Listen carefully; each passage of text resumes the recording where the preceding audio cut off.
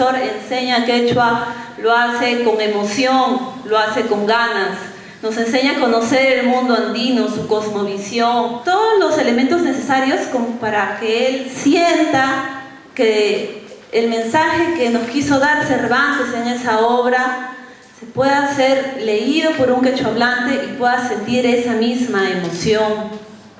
Sumah rimay, taytanchiskuna rimay, inkakuna, Machu Picchupas ruwahkuna rimay, pusakun runakuna rimay, mau katawantin suyupi, Jaime, Oscailla Mascacurani, Runa Simi Huaracuchata.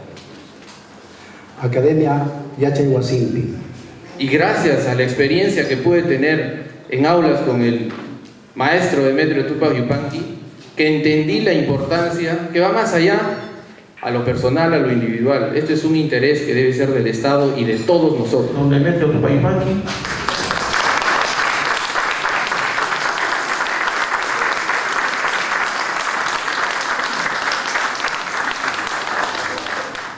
Estoy dedicado a estudiar quechua y encuentro tanta maravilla que realmente es asombroso.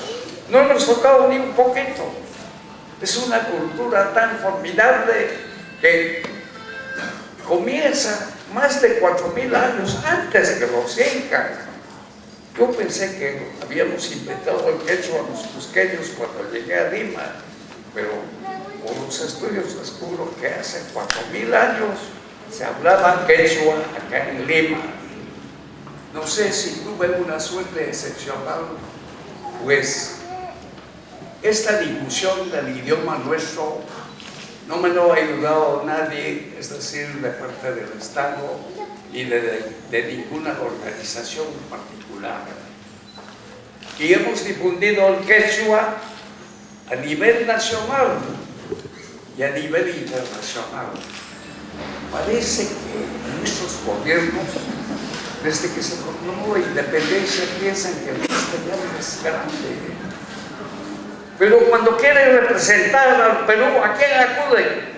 Acuden al local del Ministerio de Educación y lo presentan. Aquí tenemos una maravilla diciendo, o quizá el Palacio Legislativo, que está por caerse.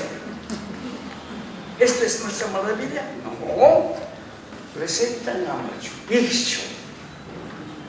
Y Machu Picchu no lo han hecho los que hablan castellano. Amigos míos, fíjense. Cuando estuve en París y también en Holanda, se presentaron grupos autóctonos que bailaban y cantaban muy hermosamente. ¿Quiénes nos representan? ¿Acaso mandamos al extranjero bailando el vals criollo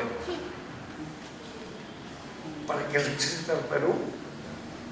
Entonces preguntémonos, pues, ¿quién nos representa a nosotros? Hace querer lo nuestro, como se quiere pues al papá, a mamá, como se quiere a la enamorada o a lo más prohibido. ¿No es cierto? A eso no queremos. Quizás más tiernamente que al amor legítimo. Por eso hace falta querer lo nuestro. Averiguar. Voltemos hacia lo nuestro, estudiemos y, por último, finalmente,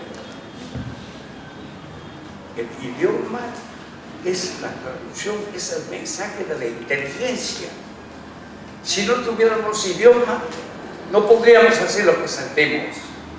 Realmente me siento anonadado de ver cómo puedo hacer esto. Y sigo. Ustedes quieran, les voy a explicar. No tiemblo ni estoy viejo para explicar. Estoy convencido. O sea,